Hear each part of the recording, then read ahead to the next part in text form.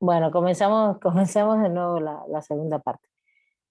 Viendo estos elementos, vamos a ver el... Se me reinició la computadora completa, ¿eh? Tengo todo. eh,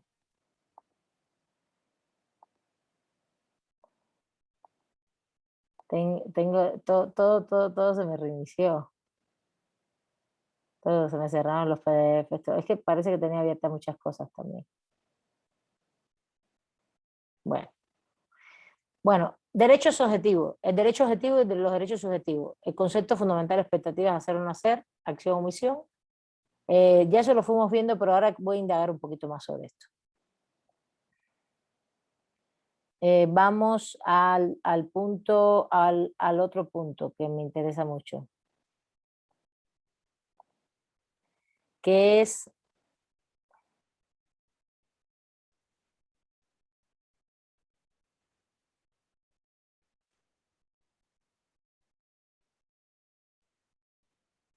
a ver, ¿cuál es la distinción justamente, o el otro elemento, hay una distinción que usa el autor que me gustaría dejarla en claro hoy, que tendría que ver con los derechos humanos y los derechos fundamentales? ¿Cuál es la distinción que hace el autor entre derechos humanos y derechos fundamentales?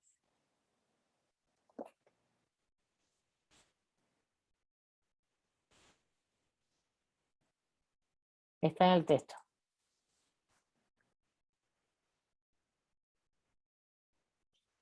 Les puse el pizarrón para que... Hace una distinción. Para mí, hoy estamos hablando todo el tiempo de derechos humanos, pero ¿cuál es la distinción que también existe?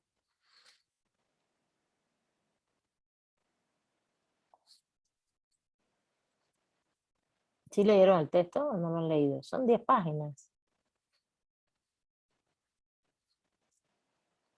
¿Me están escuchando? Sí, yo estoy buscando mis subrayados, pero me tardé. Sí, profe.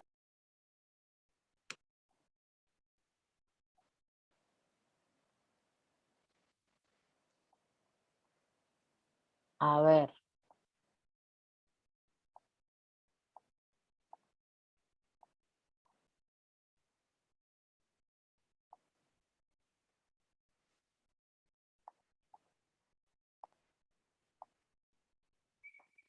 ¿Qué es lo que... o qué, voy a hacer otra pregunta. Quiero poner esto en la mesa. Derechos humanos y derechos fundamentales. Si ustedes no lo tienen, si no lo leen o no lo tienen claro, a ver, la distinción justamente está dada porque hay quien plantea que los derechos fundamentales están ligados a la Constitución, ¿no? Que los derechos están establecidos en la Constitución o en la Declaración Universal de los Derechos Humanos, en las constituciones, que al estar positivizados en las normas son derechos fundamentales. Sobre todo, las distinciones más desde hace mucho tiempo las ubicaban más en la Constitución, sobre todo en la Constitución, porque decían los derechos humanos tendrían que ver con la legislación internacional y los fundamentales tienen que ver con la Constitución de los países. Incluso llegaron a decir, bueno, no, todos los que son positivos son derechos fundamentales, eso también. Pero realmente ha habido otra concepción. A ver, María Los Ángeles, también hay otra. A ver cuál, a ver qué quieres comentar. Es que, bueno, no sé si me estoy confundiendo, pero es que el autor me gustó que plantea que en inglés hay, pues es que es otro lenguaje porque pues, es otro idioma, pero dice, hay dos palabras, right, como derecho, y law, ¿no? Que es como lo de derecho objetivo y derecho subjetivo. Entonces, yo a veces cuando veo que sí se liga mucho el derecho fundamental con el constitucional, me pregunto si es más bien hablar del derecho objetivo. No sé. Es que eso lo dijimos, lo acabamos de decir en la clase ahorita. No, el derecho objetivo es la Constitución y las leyes, pero es todo. No estamos hablando ahí de los derechos, estamos hablando de Ok, todo el articulado. El derecho objetivo es toda la Constitución, las leyes procesales, los reglamentos, todos. Ese es el derecho objetivo. Y los derechos humanos están ligados a derechos subjetivos. Tienen que ver con los conceptos que acabamos de ver. ¿Cuáles fueron los conceptos que acabamos de ver?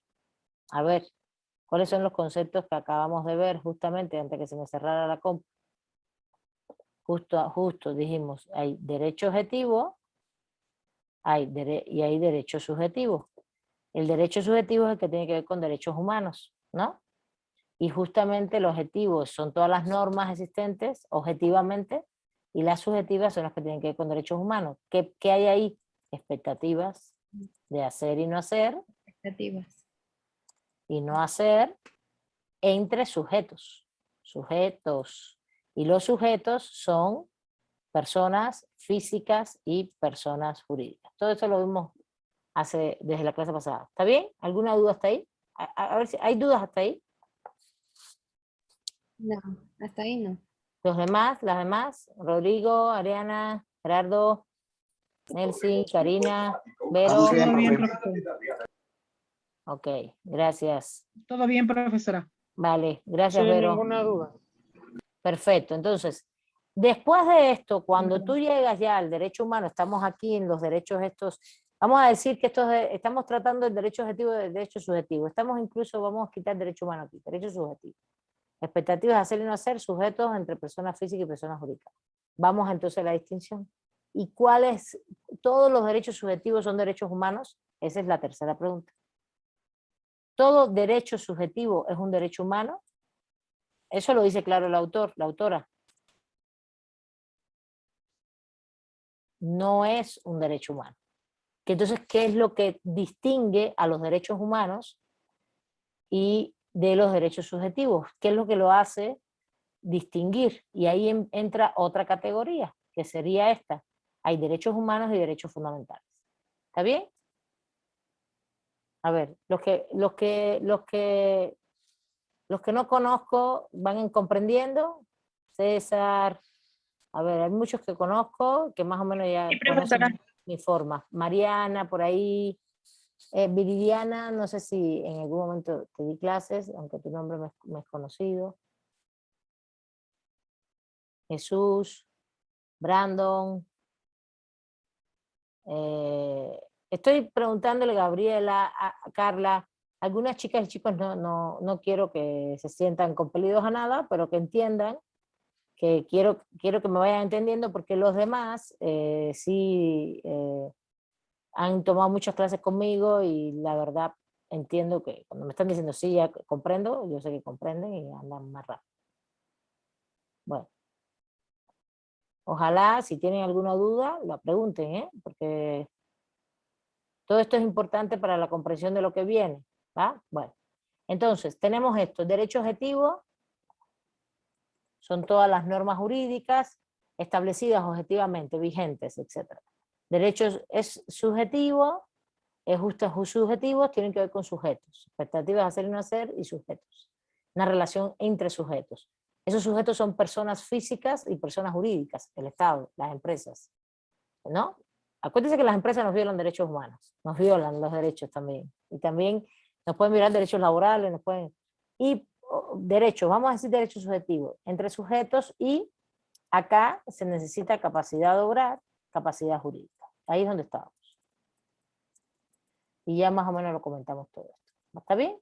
Estamos como analíticamente desglosando el concepto. ¿Está bien? Ahora, ¿el derecho subjetivo, todos los derechos subjetivos son derechos humanos? No, dice el autor. No, hay derechos subjetivos que no son derechos humanos. ¿Qué es lo que lo hace distinguible el derecho humano de los derechos, del derecho subjetivo? Está dentro de la rama. Es como si el derecho subjetivo fuera una gran bolsa donde hay derechos fundamentales, derechos humanos y otros derechos subjetivos, ¿no? ¿Cuáles son los que son humanos dentro de esa gran bolsa? A ver, ¿quién me dice? Vamos a empezar por ahí. Vamos a empezar por ahí.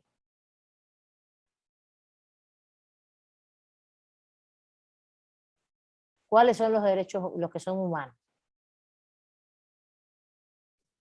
Pues aquellos que están relacionados con bienes, dice, primarios que constituyen la dignidad humana, ¿no?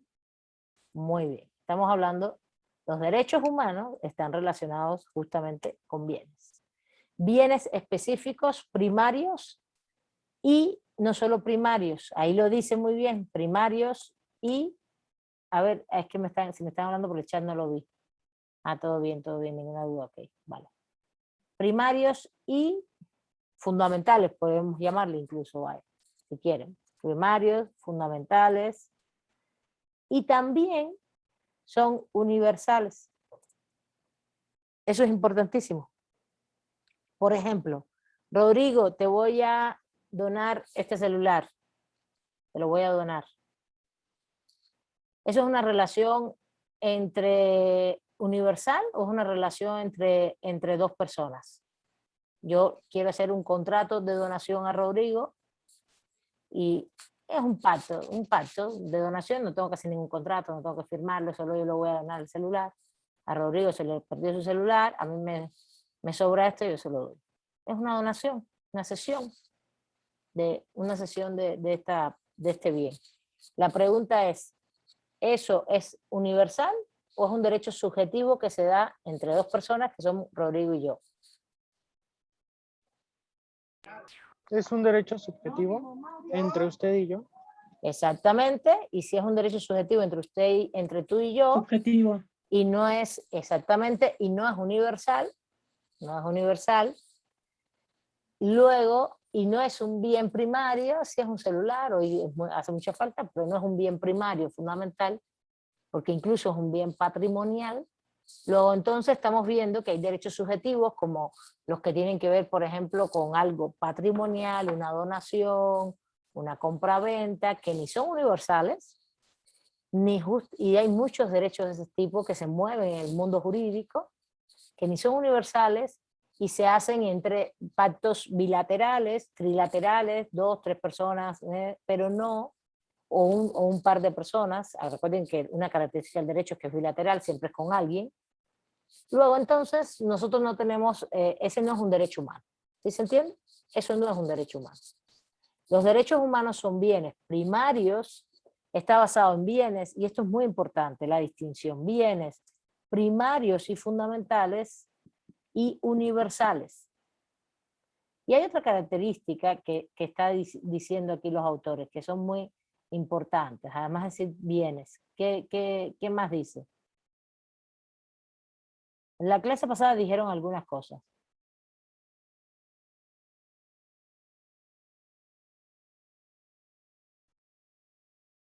Son indispensables para la vida, los bienes que protegen los derechos humanos, indispensables para la vida, son indisponibles, inalienables, indisponibles. Son indisponibles, son inalienables, muy bien. Es lo mismo, ¿eh? Inalienables que no se pueden separar de la persona. Inalienables es alienar es separar. Inalienables que no se puede separar. ¿Está bien? No se pueden disponer de ellos.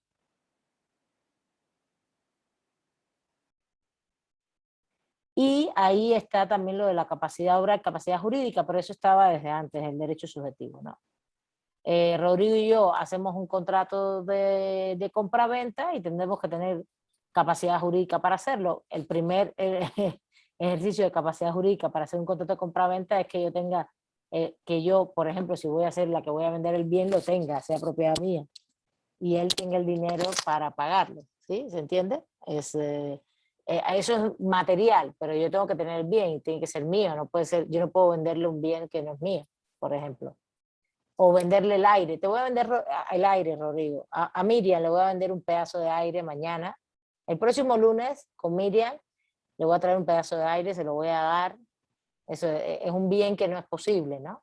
Entonces, eso es otra cosa. Pero bueno, estamos hablando de la capacidad jurídica. Estoy hablando justamente. Entonces, ¿cuál es la distinción justamente que esa expectativa, hacer o no hacer, fundada, o de acción u omisión, esa pretensión, porque también se le llama así pretensión, yo tengo la pretensión de hacer o no hacer algo con respecto a los derechos, tiene que ver con los derechos humanos porque son bienes primarios, porque justamente son indisponibles, inalienables, universales, indivisibles, integrales e interdependientes. Indisponibles, inalienables, indivisibles,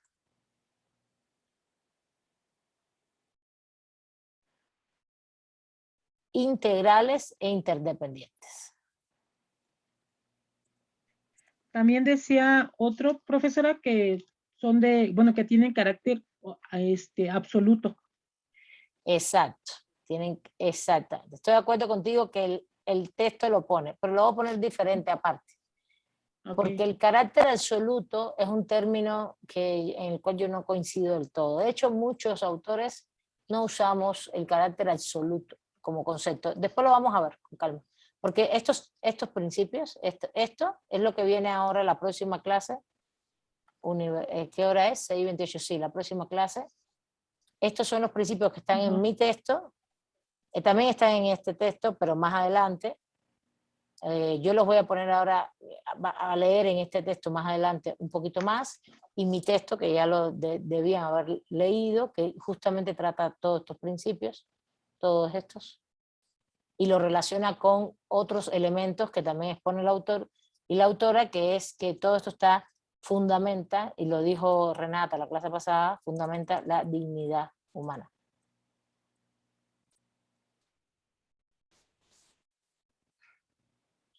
Justamente estos bienes fundamentan la dignidad humana. Yo diría más, la dignidad, la libertad, la diversidad y la igualdad. Que es lo que les mandé a leer de mi texto. Eso lo vamos a ver en la próxima clase. Entonces, los derechos subjetivos, que Rodrigo y yo nos regalemos cosas, un celular, o que yo le done algo, o que sencillamente este grupo, como grupo colectivo que somos 30 personas, lo que fuera, no sé, la cantidad de personas que somos. Miren, aquí, las 20 personas que estamos acá, ¿no? Que en un momento determinado, digamos, bueno, vamos a hacer una donación en Veracruz, o para las personas afectadas por el huracán, por ejemplo. Eso es un acto de un grupo de personas respecto a otras, pero no es universal.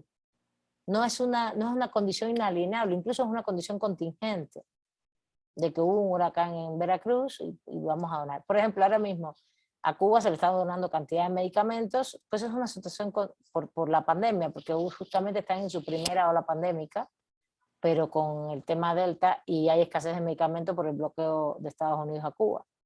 Entonces están donando jeringuillas desde aquí de México, jeringuillas, medicamentos antibióticos, etc. Entonces, que tú hagas ese acto es un acto individual que se puede sumar en un grupo como colectividad, y se puede sumar en bienes colectivos, bienes incluso indispensables para la vida, que tienen que ver con el derecho a la salud, pero el acto es un acto individual en sí. No es inalienable, es incluso coyuntural. Pues, dentro de un año, si nos va bien, la pandemia disminuyó, no sabemos. Esto es terrible, pero eso quisiéramos. Y ya viviremos con un virus que existe, como existen miles de virus más, y punto. Y ya entonces estos actos contingentes o este tipo de actos que pueden ser individuales, altruistas, que suceden en un momento determinado y que no suceden siempre, como puede ser también una compraventa de un inmueble, como puede ser la cesión de derechos sobre un bien, como puede ser una transacción comercial, porque David es dueño de una empresa ahora y hace transacciones comerciales, no sé, ¿de qué tipo, David, te gusta hacer transacciones comerciales a ti? Por poner un ejemplo, no sé. O a Nelsi, vamos, que las veo dormidos, ¿dónde andan? Aquí. Aquí, Verónica. Pero David, Nelsi, les dije. Sí, de verdad. Sí, Vero sí. De hecho, O dime. estaba viendo algo diferente de lo que decía y sí me llamaba mucho la atención en lo que es la universalidad, porque el autor del primer libro refiere a que no, o sea, no es lo mismo para todas las regiones, o sea, que se altera dependiendo la región o la cultura. Muy bien. Exacto. Entonces sí me quedé así como que dije, bueno, entonces no en todos los países o en todas las culturas lo tomamos de la misma manera. Estoy de acuerdo contigo, pero Y, eso lo vamos a ver en la próxima clase, porque justo léete les pido que ya se lean mi texto, la parte que les mandé a leer, porque ahí es donde justamente yo explico eso. La universalidad está basada en la diversidad, ¿está bien? ok, Y eso no te quita lo inalienable, lo universal y lo indisponible, lo indivisible, lo integral e independiente del derecho. Es muy sencillo, a ver, para que no se queden con la duda. La alimentación, derecho a la alimentación adecuada. Muy claro. Ahora, uno de los elementos del derecho a la alimentación adecuada es la adecuación cultural, además de la calidad, de la disponibilidad, de la accesibilidad física, de la asequibilidad económica, ¿no? Tú tienes que alimentarte bien, equilibradamente, etcétera, etcétera. Está bien. Todo el mundo, el derecho a la alimentación no implica que tú comas cualquier cosa, sino que comas bien. El comer bien implica balance, implica equilibrio, está muy relacionado a la salud, pero también está relacionado a la cultura. Si vamos a México, y todos tenemos derecho a la alimentación, todos y todas, en todo el mundo. Si tú te vas a zonas de México, ¿cuál es el punto clave cultural de esta zona de México? Incluso más de que México, bueno, pues México, todo Mesoamérica, pero muy México, porque hasta la frontera, ¿eh? No es que el centro ni el sur, no, del centro sur hasta el norte. ¿Cuáles son las adecuaciones culturales que hay que cumplir en el derecho humano a la alimentación en México para decir, este derecho está satisfecho de manera plena, no cualquier cosa? Y diferente, por ejemplo, al caso, si vas a la India, ¿cuál sería la noción de ellos de un derecho humano a la alimentación pleno? A ver, María de los Ángeles, a ver, vamos. No sé si se relaciona con este concepto de la canasta básica, ¿no? Del precio del maíz, de la tortilla, de la leche, de cosas que son fundamentales y que siempre están presentes en la dieta. Y en otros países no va a existir, ¿no? Un control del precio de la tortilla, pues yo creo que solo en México, por ejemplo. Entonces Pues, pienso que si tú nos das tortillas en Cuba, la gente se queda así a decir qué rico, muy bien, qué bonito, me encantan los tacos, pero realmente yo prefiero que me den arroz y frijoles, porque en la adecuación, cultural, justamente lo fundamental, y eso es lo que está preguntando Verónica. Vero, lo que estás preguntando es eso. La universalidad tiene especificidad particular, cultural sobre todo. La universalidad no es igual en todos lados. Ese es un ejemplo clásico. Y si te vas a la India, es el curry, y no es la tortilla. Bueno, ellos tienen el pan, ¿no? Bueno, también tienen como un tipo de tortilla, pero no es igual que la de acá. Entonces, y así sucesivamente, cada cultura las culturas en sí tienen formas de alimentación que hay que respetar, y eso es parte del derecho a la alimentación plena, ¿sí? por ejemplo, en la India no comen la carne de la vaca, o no todos. Exactamente, eso iba a decir. No se les puede imponer como ayuda humanitaria que coman carne, ¿no? O algo así. Se imagina, ayuda humanitaria por la pandemia. Vamos a mandar, como México, que le mandó a Cuba medicinas, alimentos, etcétera, mandó de todo, alimentos, no importa, en Cuba se come de todo, no hay una prohibición. Pero mandas a la India y mandas latas. Por ejemplo, Rusia mandó a Cuba latas de carne. Imaginen que la mande a la India. No, pues no. No, pues, ¿qué hace la India? Pues agarrar el avión y mandarlo para otro lugar, porque ellos mismos, en su adecuación cultural, en su estilo de vida, incluso es una prohibición. Es muy importante esto. César nos dice por aquí, y Gerardo también participó, indivisibles, indeterminantes, gracias, no lo había visto, imprescriptibles, indivisibles, ok, gracias, no lo había visto, disculpen, Gerardo y César, gracias, y lo apunto también como participación. Lo bueno es que todo se cerró y al final todo salió de nuevo igual, ¿no? Fue curioso. Entonces, todos estos principios los vamos a ver con mucho más detalle en la próxima clase, ¿vale, Vero? ¿Por qué la universalidad es diversa? ¿Qué quiere decir la indisponibilidad o la inalienabilidad? ¿Qué quiere decir la indivisibilidad, la integralidad y la interdependencia? Ya tienen que leer mi texto ahí, ¿vale? Bueno, y ahí vamos a ir cerrando muy bien esto, por qué los derechos humanos nos dice esta autor y autora, porque son dos, Daniel y Sandra, que fundamentan la dignidad humana, yo digo, también fundamentan la libertad, la diversidad y la igualdad. ¿Por qué? Porque bueno, la dignidad humana es como el valor fundamental de los derechos humanos, que tiene que ver con un valor abstracto, no existe. ¿Dónde está la dignidad humana? Bueno, vamos al parque, vamos a ir ahí a la Jusco, que ahí justo en la última cabaña que encontremos, ahí cuando hay desayuno, vamos a desayunar y ahí hay dignidad humana. No, la dignidad humana es una construcción cultural, eso no es material, es cultural, espiritual, histórica, que se materializa mediante los derechos humanos, ¿está bien? Mediante la satisfacción plena de derechos humanos. Es un valor que nosotros le damos. ¿Por qué somos dignos? ¿Por qué vivimos en la plena dignidad humana? Yo les voy a dar un concepto. Para mí no hay que complicarse mucho, la verdad. La dignidad implica la satisfacción plena de los derechos humanos.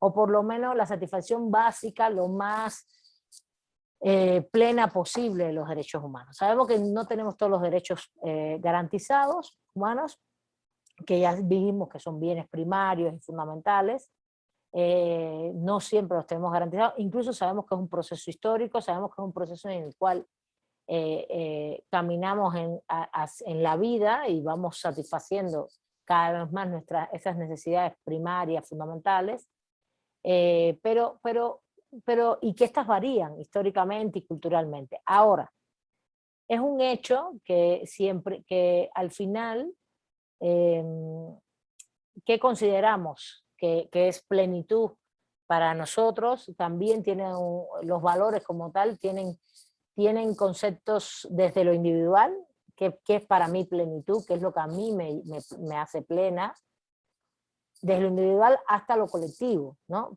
En materia de derechos humanos sí hay como un piso común para todos y todas, ¿no? Que son, ¿qué bienes son esos? La vida, lo hablamos la clase pasada, la vida, las libertades, la participación política, los derechos económicos, sociales y culturales, ¿no? Trabajo, alimentación, salud, educación, ambiente también, porque si no, no podemos respirar bien, te imaginen. Y además por el agua, etcétera, etcétera, todo esto. Ok, pero ¿cómo satisfacemos específicamente para mí qué es plenitud de todo eso? Por ejemplo, a lo mejor a usted, no sé, para mí culturalmente, a mí hay cosas que me interesan mucho culturalmente, y puede ser que hay otras personas que no me interese tanto, le interesen otras. ¿Sí se entiende? Y también por un tema, pero bueno, todo el mundo dirá, bueno, pero ¿cuál es el piso común? Bueno, el piso común es tener acceso a la educación, a una educación en libertad, a una educación, por ejemplo, plena, de multicrítica. Para mí eso es educación. No una calidad meritocrática para yo entonces ser la mejor o el mejor del mundo. No, eso no me interesa. ¿Sí se entiende? Hay cosas que van a ir cambiando, los valores siempre tienen un carácter subjetivo y social también, conglomerado social. ¿Está bien? ¿Sí? Eso lo vamos a ir viendo muy bien la próxima clase, pero sí quiero que sea relevante que ustedes entiendan cuál es la diferencia entre derechos humanos y derechos subjetivos, que los derechos humanos justamente tienen todas estas características que hemos puesto aquí en el pizarroncito este. ¿Está bien?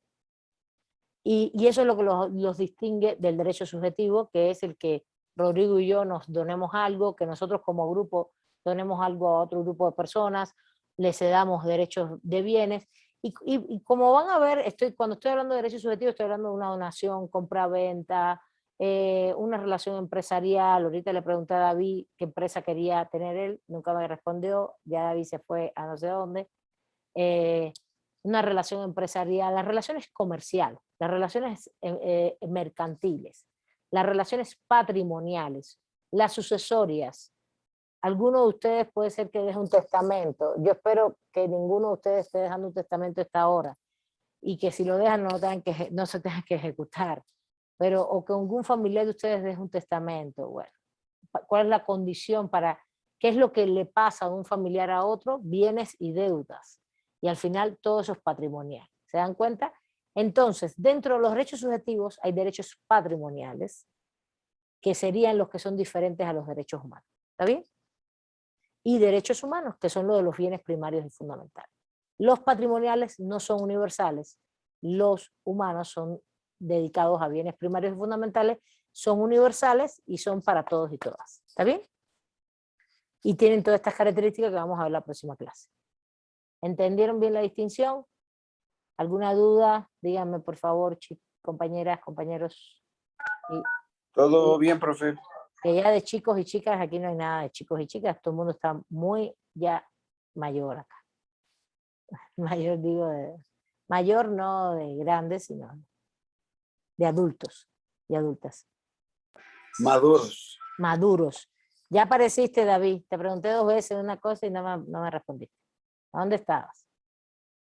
Es que se me corta su conexión, se entrecorta, profesora. Entonces a veces no escucho nada. Pero aquí estoy. Miren, yo no revisé cuando se me fue la conexión, se me cerró la computadora, no revisé la conexión de internet. Sí, pero está bien, es lo que debe ser. Bueno, seguimos rápidamente. Nos quedan 20 minutos. ¿Por qué esos bienes primarios y fundamentales se consideran bienes primarios y fundamentales? Porque tienen que ver con la vida de nosotros, ¿no? Fíjense, aquí, fíjate, hay un tema que no puse aquí. Fíjense, todo esto va junto. Indisponibles, inalienables, irrenunciables. Todo eso va junto. Es un concepto único eso, ¿eh? Eso es un concepto único, para que lo sepan. También lo tratan, los autores lo ponen así. Para que vayan viendo los principios. Esos son los famosos principios de los derechos humanos. Las famosas características, principios, que los hace derechos humanos frente a los derechos a otros derechos subjetivos. A ver, los derechos humanos también son derechos subjetivos, no más que hay derechos subjetivos que no son derechos humanos. Eso se entendió, ¿verdad? Vale. Miriam me dice que sí, los demás también. ¿Sí? Vuelvo y repito, los derechos humanos son derechos subjetivos, no más que hay derechos subjetivos que no son derechos humanos. Y los derechos humanos se distinguen por todo esto que puse en el pizarrón. Ahora, ¿cuáles son todos los ejemplos que he puesto de derechos que son subjetivos, que no son derechos humanos, son derechos patrimoniales? Por ejemplo, el derecho de autor, ¿es un derecho patrimonial? ¿Saben cuál es el derecho de autor? Ahora Miriam escribe su tesis y se gradúa con una tesis, o la mitad de ustedes escriben una tesis o un artículo publicable. Hoy estaba con una compañera de ustedes haciendo una asesoría de tesis. Y entonces cuando ustedes inscriben la tesis, incluso esto es todo un proceso en la universidad, donde ustedes tienen que hacer una carta, todo, porque es un derecho de autor, tiene que ser original, tiene que ser de ustedes el escrito, ¿no? Y por tanto y demás tiene su nombre y ahí ustedes tienen un derecho de autor. Pero eso es un derecho, ustedes dirán, ¿es patrimonial? Sí, es un derecho patrimonial intangible, se le llama. Intangible porque tiene que ver con lo cultural, con tu creatividad, pero el derecho de autor tiene dos aspectos. Esa cuestión de la autoría, que es individual, puede ser también colectiva, si hacen una tesis entre dos, pero es tan de Rodrigo y Gerardo, si son ellos dos los que la hacen, por ejemplo, y no es mía, no es de Milay. Entonces ahí me excluyen a mí, no es de Milay, es de Rodrigo y Gerardo, o es de Rodrigo solamente. ¿Sí me entienden?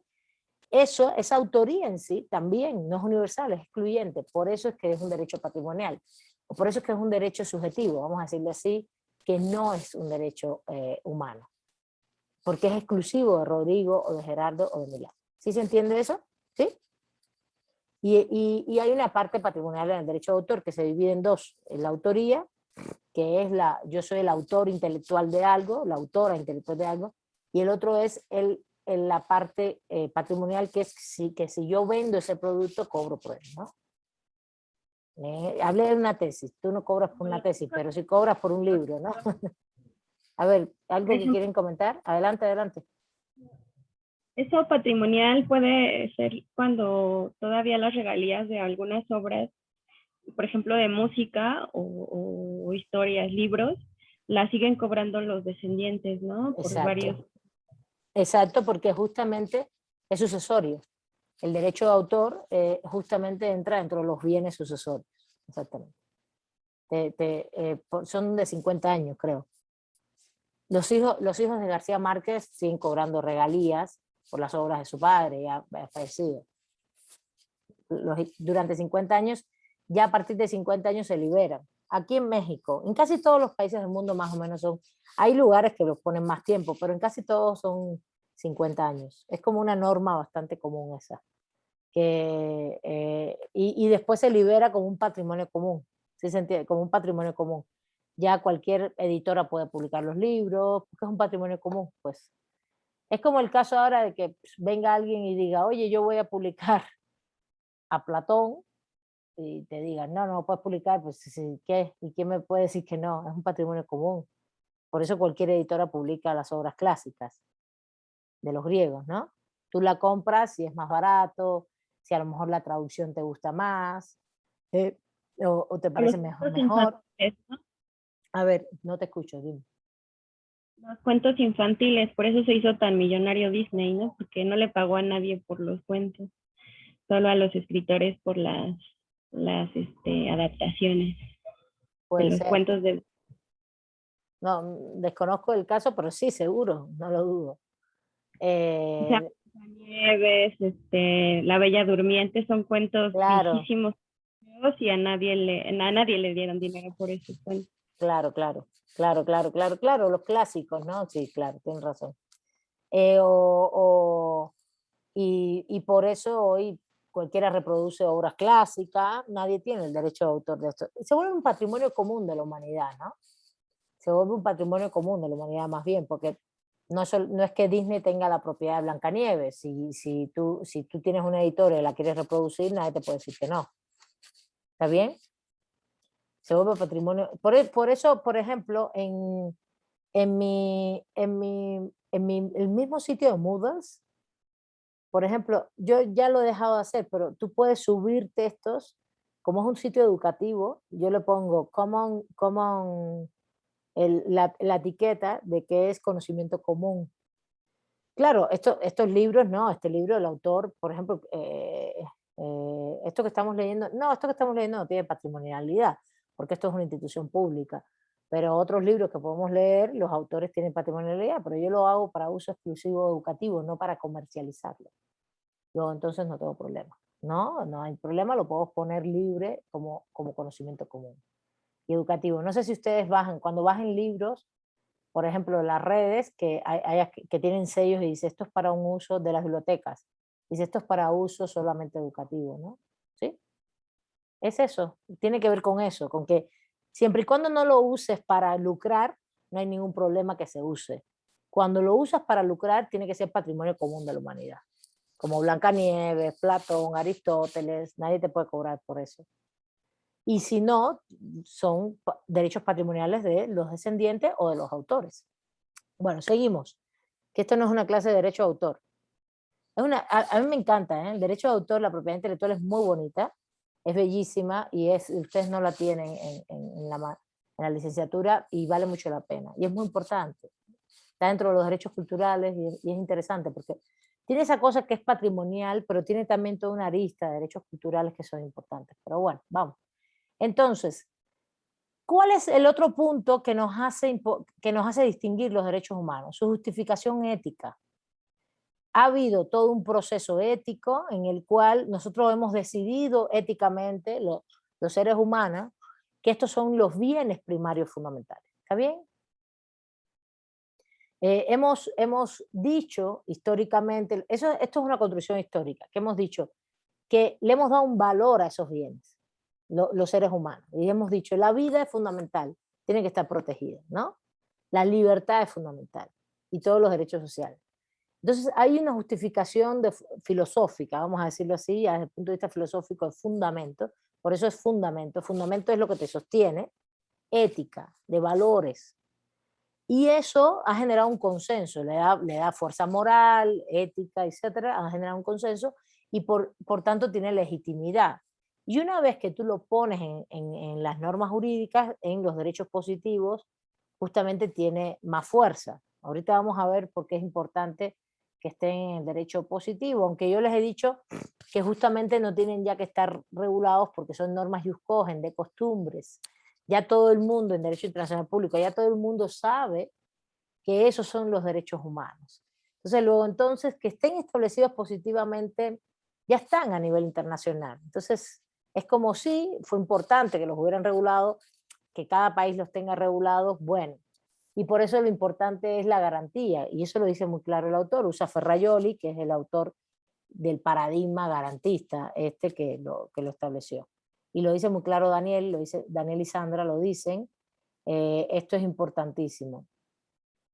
También, a ver, sí hay una construcción ética, moral, que le da legitimidad, pero también ha habido, y ahí es el argumento de Neil Marconi, él lo pone como la voluntad, ¿no? De voluntad de las comunidades. Yo digo, sí de voluntad, pero histórica. No es un tema de voluntad de una persona, sino histórica. Eso es una construcción histórica siempre, que es lo que establece la filosofía crítica. ¿Por qué? Porque esos bienes no siempre se protegieron igual. Y esa construcción histórica que tenemos hoy de los bienes de los derechos humanos ha costado luchas, muchas luchas. No es normal. No ha sido un devenir suave. No. Ha sido un devenir histórico complicado y de muchas luchas para llegar a que se respete la vida, las libertades, los derechos sociales y que todos tengan estas características que puse aquí en el pizarrón de universales, indisponibles, inalienables, irrenunciables, indivisibles, integrales e interdependientes. Eso ha costado mucho, no es menor el asunto. Por tanto, el tema de la voluntad que plantean acá Daniel y Sandra, del autor Neil Marconi, que es un autor de argumentación jurídica, que fundamenta esos bienes en el derecho, del derecho en la voluntad, los bienes que se protegen, y que se construyen por acuerdos morales, porque es lo que es justicia, etcétera, etcétera, y hay que construir las razones por las cuales estamos de acuerdo con esto, también lleva en mi criterio un proceso histórico complejo y es importante tenerlo en cuenta. Y ahí de ahí, por eso toda la teoría, vamos a decir filosofía política, la filosofía en general del derecho y la antropología lleva el punto sobre todo la filosofía política y la antropología jurídica somos los que planteamos que sí, todo son éticos, son morales, ha habido acuerdos de voluntad, pero son una construcción histórica, ¿no? Que es el tercer punto que se trabaja acá. Una construcción histórica, y esto es muy importante, y la construcción histórica también tiene que ver con que realmente ha habido un proceso de nacimiento, de defensa y de cada vez mayor legitimación sobre esos bienes para constituir los derechos humanos. ¿Está bien? Y esto, hay muchas teorías sobre eso, muchos posicionamientos, entonces hasta aquí es justamente, a partir de ahí está todo el análisis de los tres tipos de naturaleza, si los derechos son naturales, si son positivos, o si son históricos, o si son morales. Ahí lo relata el autor, los voy a reseñar muy rápidamente. Los derechos fundamentados como naturales tienen que ver con que están en la naturaleza de las cosas, de la vida. Por ejemplo, que es natural que estemos vivos, ¿no? Por ejemplo, es natural que estemos vivos. Luego, entonces, si todos nacemos para vivir, es natural que estemos vivos, luego, entonces el derecho a la vida es un derecho natural. El problema es que eso está de pronto para la vida es más claro, pero para la libertad, ¿es natural la libertad? ¿Está claro eso, que es natural la libertad? La gente dirá que sí, que el hombre nace libre, que tenemos libre albedrío, que no sé qué, que el hombre nace libre. No, pues No, para los griegos y los romanos no era natural la libertad de todos y todas. El que era esclavo nacía esclavo, no nacía libre. Bueno, no nacían, sí, no nacían esclavos, los hacían esclavos, pero si eras hijos de esclavos, nacías esclavo. No nacías esclavo per se, ¿no? ¿Sí se entiende? Entonces no siempre ha sido muy clara la naturaleza de los derechos, no es muy clara la naturaleza de los derechos. ¿Es natural la alimentación? Pues si no comemos nos morimos, si no tomamos agua nos morimos, ¿no? Parece natural, ¿no? Sí, esa parece natural, pero entonces es natural la cultura. Si no vamos a la escuela es natural, no tiene por qué ser natural ir a la escuela. No siempre se fue a la escuela. ¿Sí lo ven? Esa es la crítica que se le dice a los derechos naturales. La otra es los derechos morales. Rápidamente, que ya se va a acabar la clase. Esto es para que tengan la información, no es que me interese específicamente. Son derechos morales, porque son elementos que son inmanentes a la persona, ¿no? Son construcciones entre la moralidad siempre es colectiva, ¿no? La moralidad es de lo bueno y lo malo que nosotros creemos entre nosotros. Miriam, ¿qué es lo bueno y lo malo para nosotros? Por ejemplo, Miriam, Gerardo, Viridiana, Verónica, entre todos nosotros, Rodrigo aquí, vamos a pensar qué es lo bueno y lo malo, entre todos. Esas son construcciones sociales, se van haciendo y uno dice, bueno, esto es lo bueno, esto es lo malo, y a partir de aquí decimos qué es lo que es derecho y qué es lo que no es derecho. Pero igual, son acuerdos reflexivos, acuerdos y argumentos razonables y reflexivos en una comunidad. Pero en este caso, en mi criterio, el tema de lo moral pasa exclusivamente también por un proceso histórico que cambia constantemente. Eso no es tan seguro, que lo que nosotros consideramos que es bueno hoy, o que se consideró que era bueno hace 100 años, es bueno hoy. Por ejemplo, siglo XIX, todos tenemos derecho, podemos ir a votar. ¿Quiénes votaban en el siglo XIX? ¿Se acuerdan? Hombres blancos propietarios. Nunca votaron ni las mujeres hasta el siglo XX. Los negros esclavos en Estados Unidos no votaban. Los negros en el Caribe, que eran esclavos, no votaban. Los negros y las negras. Entonces, esa moralidad es relativa. Tenía un condicionamiento diferente. Vayan pasando lista, por favor. Gracias, Adriana. Lo recordaron aquí por el chat. Y la otra noción es la de derecho positivo, que no hace falta decir si son morales o son naturales, sino que una vez que estén en la Constitución o las leyes, ya son derechos, con eso tenemos para los derechos humanos. A mí no me satisface esto, porque al final el derecho positivo también es una lucha de poder, ¿no? Lo que está en los derechos positivos. Por ejemplo, hoy, derecho al aborto de las mujeres puede considerarse un derecho humano y no está en todas las legislaciones, ¿no? Entonces hay una lucha ahí por esto. Y además tenemos un consenso en los bienes fundamentales que están protegidos a nivel internacional, que es un poco lo que se plantea. Los derechos humanos son los que están protegidos a nivel internacional, sobre todo reconocidos, luego entonces esos bienes fundamentales y primarios son los importantes. Y por último, yo, por supuesto, ustedes me conocen, yo le voy más a la línea de la filosofía crítica, que los derechos humanos y esos bienes son constructos históricos, ¿no?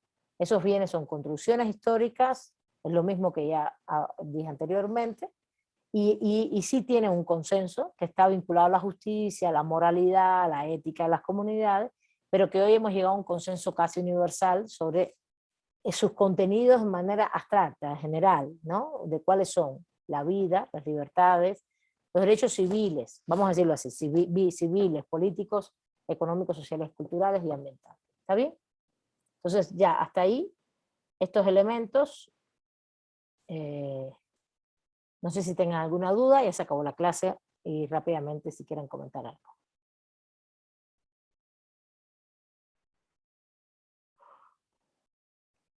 Pasen lista, algún comentario.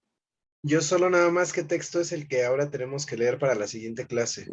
César, el mío, que es el que sigue, el que está ahí puesto ahí. Porque la próxima clase lo que vamos es a dialogar y a debatir, y ya no guardé el pizarrón, uy, tenía que haberlo guardado, que vamos a debatir es cómo esas características que ellos tienen como derechos humanos, ya vimos que son derechos subjetivos, y que se distinguen y que los derechos humanos son un tipo de derecho subjetivo específico dentro de los derechos humanos que tienen todas esas características, ¿no? Esas características son las que vamos a trabajar con los principios de dignidad, libertad y igualdad. Vamos a ir muy rápido, ¿eh? Muy pronto vamos a empezar a trabajar casos. Así que yo les pido, no sé lo que lean, que comprendan, si tienen dudas que me digan.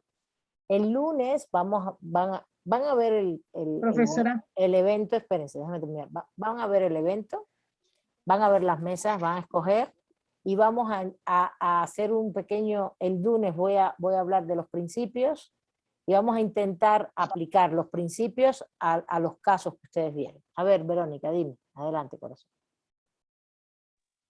La lectura de usted es son creo que 64 páginas. ¿Es toda la lectura o nada más es una No, está parte? Es que puesta, eso yo no lo escuché. no, miren en el Moodle, está puesta la cantidad de páginas que hay que leer. Es un pedacito. Es Ah, como ok. esta que Es de leí. la 23 a la 35. Gracias. Ah, ok. Vale, lean eso Ok. y vean las mesas, ¿no? Gracias. Y vean las mesas, ¿vale?